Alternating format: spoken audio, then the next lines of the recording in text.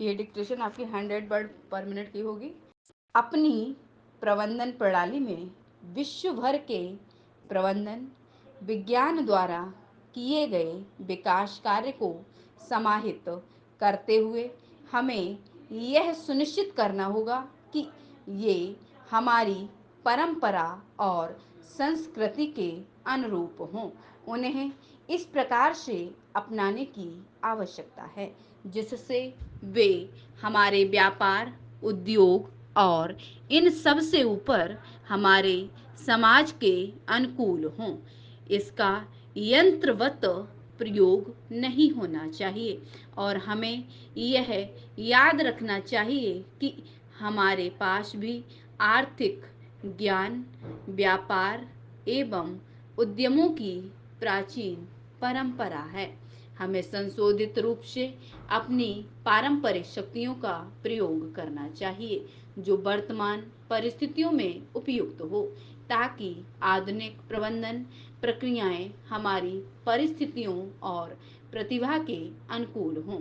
जब हम अपनी आवश्यकताओं के अनुरूप प्रबंधन विकसित करने में सफल होंगे, हम विश्व के प्रमुख औद्योगिक देशों की भांति भारतीय उद्योगों को तीव्रता से विकसित करने में सफलता प्राप्त करेंगे। विगत कुछ वर्षों से अंतर्राष्ट्रीय राजनीतिक और आर्थिक क्षेत्र में व्यापक परिवर्तन हो रहे हैं। शीत युद्ध की समाप्ति ने मानव जाति के समकक्ष आर्थिक विकास, पारिस्थितिकी संरक्षण, भूख तथा गरीबी का उन्मूलन जैसे मूल मुद्दों के प्रति चिंतन के नए युग की आशा को जन्म दिया है।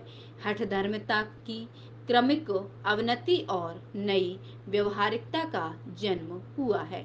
संसाधनों के केंद्रीयकृत आवंटन की तुलना में बाजार के लाभ और आर्थिक विकास में सहायता प्रदान करने की इसकी भूमिका को मान्यता प्रदान की गई है। यद्यपि इस नए युग ने तकनीक के विकास तथा विश्व बाजार के जरिए अनेक सकारात्मक समेकित प्रवृत्तियां विकसित की हैं। विश्व के अनेक भागों में विकास के अभाव और बढ़ती हुई गरीबी के कारण आर्थिक गुट बनाने की प्रवृत्ति और उत्तर दक्षिण के विभाजन के जारी रहने से अनेक नई कठिनाइयां उत्पन्न हुई हैं जो हमें हमारे आर्थिक विकास के मार्ग में विचलित कर सकती हैं। अतः आने वाले वर्ष अवसरों के साथ साथ हमारे लिए नई चुनौतियां भी लेकर आएंगे। आपके सम्मुख संभावनाएं होंगी जो हमारी समस्त पीढ़ी को उपलब्ध नहीं थी, परंतु आपको स्थिरता एवं विकास के लिए नई चुनौतियों का सामना भी करना होगा।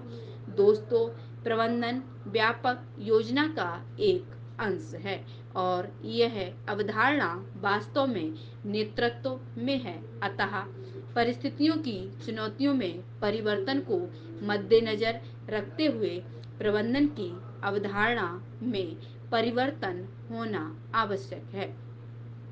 प्रबंधन एक गतिशील अवधारणा है और ऐसे व्यक्तित्व का निर्माण करना चाहिए जो लीक की पीठ पर चलने की बजाय नए विचारों को जन्म देने, उन्हें योजना का स्वरूप देने और पहल करने में सक्षम हो।